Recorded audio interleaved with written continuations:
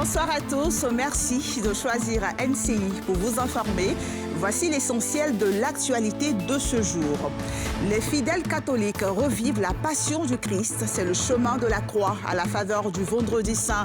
Ils se sont déplacés massivement dans leur paroisse pour vivre ce moment important de la vie du Christ, un moment important aussi pour leur foi. C'est ce dimanche que les chrétiens du monde entier vont célébrer la Pâque, une célébration fortement impactée par la flambée des prix sur les marchés en Côte d'Ivoire. Clients et commerçants s'en plaignent. Nous nous sommes rendus au marché Gourou d'Adjamé. Ils sont désormais 3 en lice à vouloir briguer le poste de président de la Fédération ivoirienne de football. Les candidats retenus pour l'élection du 23 avril sont connus. Parmi eux, Idriss Diallo, Sori Diabaté et Didier Drogba. Les catholiques revivent la passion du Christ aujourd'hui. C'est l'essence du Vendredi Saint, le jour de la mort de Jésus-Christ sur la croix. Il se rappelle des derniers moments de la vie de Jésus à travers le mime de la passion du Christ, appelé chemin de croix. Chaque station est l'occasion de rappeler une étape importante de son calvaire et de prier. Ils se sont déplacés massivement dans leur paroisse pour vivre ce moment important. Nadia Idja, Mathieu Rambadé. Les souffrances de Jésus lors de son arrestation, le châtiment avant sa mort et sa crucifixion, revécu par les fidèles chrétiens catholiques à travers le mime de la Passion du Christ ce Vendredi Saint. Pour moi, Vendredi Saint, c'est le début du salut. C'est pourquoi je suis aujourd'hui chrétienne, c'est parce qu'il y a eu un Vendredi Saint. Ce n'est pas un deuil que nous venons vivre, mais plutôt une victoire du Christ sur la mort. En tant que chrétienne, vu que c'est le Christ qui est au centre de ma vie et au centre de tout ce que j'entreprends, pour moi, c'est vraiment un point culminant, voilà, la résurrection du Christ. Que ce chemin de croix nous apporte encore délivrance et succès à tous les niveaux, dans toutes les vies de notre Église. Célébrons le sacrifice de l'amour que le Christ a voulu. Bien qu'étant une imitation, endosser le rôle du Fils de Dieu requiert des dispositions et une préparation spirituelle préalable pour les acteurs. Déjà sur les moments de jeûne, déjà depuis le début du temps de carême, de façon naturelle, on observe des moments de jeûne. Donc c'est juste ajouter ce rôle à la prière qu'on fait au quotidien. À chaque moment de jeûne, on essayait de confier ce moment au Seigneur. Pour le christianisme, la mort de Jésus qui aboutit à sa résurrection 3 jours plus tard est l'essence même de la foi. Le Vendredi Saint donc est ce témoignage d'amour suprême. Et lui-même le dit toujours dans Jean chapitre 13, il dit qu'il n'y a de plus grand amour que de donner sa vie pour ceux qu'on aime. Et c'est ce que nous vivons aujourd'hui. Et c'est l'importance, l'expression glorieuse de la manifestation de l'amour de Dieu pour l'humanité, pour le chrétien que nous sommes. La célébration de la Pâque chrétienne pour l'année 2022 se tient ce dimanche 17 avril, un événement précédé de 40 jours de jeûne, de pénitence, de partage et d'abandon total à Dieu chez les chrétiens catholiques. La Pâque, c'est dans quelques jours, mais il est difficile pour certains de faire des provisions en raison de la cherté de la vie. À 2 jours de la célébration, commerçants et clients ont toujours du mal à s'approvisionner, ce qui impacte fortement le panier de la ménagère. Nos reporters Méthylène Légré et Tanguy Conan se sont rendus au marché Gourou d'Adjamé. Reportage. En cette période de Pâques, le panier de la ménagère est fortement impacté à cause de la flambée des prix des produits vivriers sur les marchés. Dans ce marché Gourou d'Adjamé, difficile pour des clients de s'approvisionner.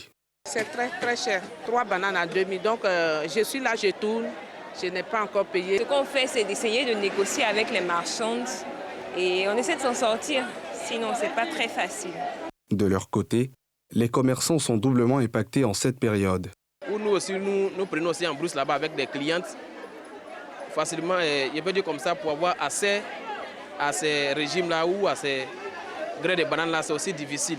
Donc c'est ce qui fait aussi que quand nous envoyons ici, le coût du transport de la brousse et puis où ils vont charger encore en ville là-bas pour faire venir à Abidjan ici, c'est pas aussi facile.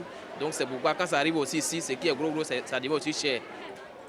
Avant le marché, quand tu prends un sac de 8 000 francs, tu peux te retrouver avec un bénéfice vraiment, tu peux doubler même le bénéfice. Mais actuellement, avec le sac à 45 000 francs, ce n'est pas évident. Cette année, en raison de cette cherté, plusieurs familles préfèrent se limiter au culte pascal et s'abstenir des autres festivités.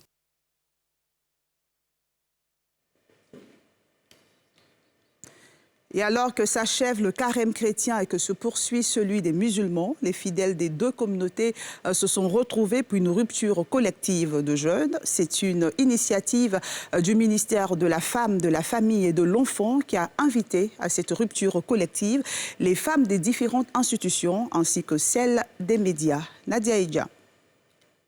Chrétiennes et musulmanes, ensemble pour une rupture de jeûne.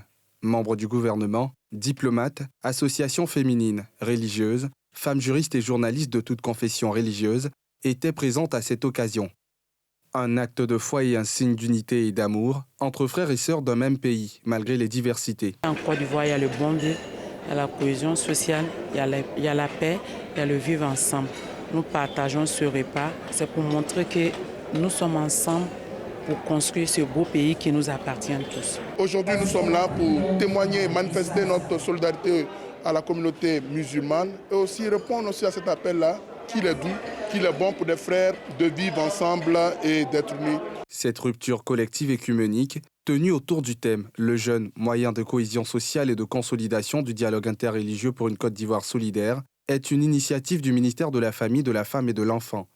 Dans un monde marqué malheureusement par le relativisme, nous avons impérativement besoin d'un dialogue authentique entre les religions et entre les cultures, capable de nous aider à surmonter ensemble toutes les tensions dans un esprit d'union sacrée, gage d'une paix sociale durable. Femmes de Côte d'Ivoire, dans notre diversité, notre présence si nombreuse et distinguée ce soir augure d'un avenir meilleur et durable pour une Côte d'Ivoire solidaire et prospère. Outre le partage de repas, ce moment a été marqué par des prières et des communications de religieux, chrétiens et musulmans. Parlons d'une autre rupture collective de jeûne, cette fois à la mosquée de l'ancien camp militaire d'Akwedo. Les fidèles musulmans membres des forces armées de Côte d'Ivoire y ont rompu ensemble leur jeûne, une tribune spirituelle mise à profit pour inviter le personnel de l'armée à plus de piété, de cohésion et de solidarité, valeurs prescrites dans ce 100 mois de dévotion et de prière. Les explications de Thiemé Dondé et de Tanguy Kono. Esplanade de la mosquée de l'ancien camp d'Akwedo. Cadre de l'édition 2022 de la rupture collective du jeûne musulman des forces armées. Aux côtés des hommes des différents corps des armées du pays, le ministre d'État Téné Birahima Ouattara, l'hôte de marque, met la tribune à profit pour inviter à l'appropriation des valeurs de partage et de cohésion prescrites par ce pilier de l'islam, mais aussi à plus de prières pour l'enracinement de la paix dans le pays. La période de jeûne est un moment de célébration des bienfaits du Tout-Puissant, tout en réaffirmant dans nos actes les valeurs de vivre ensemble, de tolérance, de pardon, de partage et de paix entre nous, avec nos semblables, quelle que soit la religion. Je voudrais saluer cette initiative. La présence de toutes les composantes de nos forces armées atteste de l'esprit de cohésion qui prévaut. Nous en sommes fiers et nous vous encourageons à préserver cet esprit de cohésion. Bien avant cette adresse, le ministre d'État et ses hommes ont partagé l'iftar, précédé de 3 unités de la prière de Maghrib, un moment d'adoration au cours duquel les fidèles ont levé les mains et les voix au Seigneur pour disposer les cœurs à la piété et à la cohésion sociale. Un tour du côté de Bassam pour constater que la station à péage de l'autoroute de Grand Bassam est opérationnelle depuis ce matin. L'ouvrage est ouvert à blanc au trafic depuis quelques heures pour tester sa solidité. C'est une grande joie pour les usagers. C'est rapide, c'est gratuit, du moins pour le moment. Le coût du passage sera bientôt connu. En attendant, passons gratuitement ce péage à travers ce reportage de Thiemé Dondé et de Tanguy Kono. Station à péage de l'autoroute de Grand Bassam. L'infrastructure, désormais opérationnelle, est ouverte à blanc. Les premiers usagers sur les lieux sont sensibilisés sur la disposition du maître d'ouvrage, le fonds d'entretien routier qui entend mettre à profit la mesure pour s'assurer de son bon état et, au cas échéant, procéder aux réglages techniques qui s'imposent. En attendant de mettre la main à la poche, les usagers de la route jubilent. C'est combien? On ne paie pas pour le moment. Ah d'accord, merci beaucoup. Pour des habitués de cette voie, pas question de polémiquer sur le droit de passage qui sera dans tous les prochains jours fixé et exécuté sur le terrain par les hommes du fer. Depuis ce matin, c'est devenu une réalité. Nous sommes très heureux aujourd'hui de savoir que nous avons enfin notre péage. Ça ajoute encore une très grande beauté à l'architecture de la zone. Et je pense que nous sommes en train de devenir vraiment une grande région. La route précède le développement, mais le péage accélère le développement. Si aujourd'hui on n'avait pas mis, imaginez-vous cette autoroute-là sans péage, comment nous allons entretenir après les routes? Ce péage-là va permettre aujourd'hui à la région de pouvoir aussi se développer avec des routes à l'intérieur. Bon, ici c'est un peu rapide pour moi.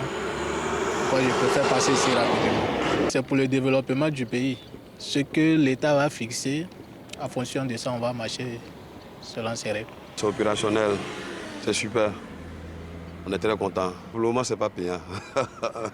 Mais déjà, on sait que c'est un péage, donc on va payer. La station à péage de l'autoroute de Grand Bassam compte 16 postes, dont 8 dans chaque sens.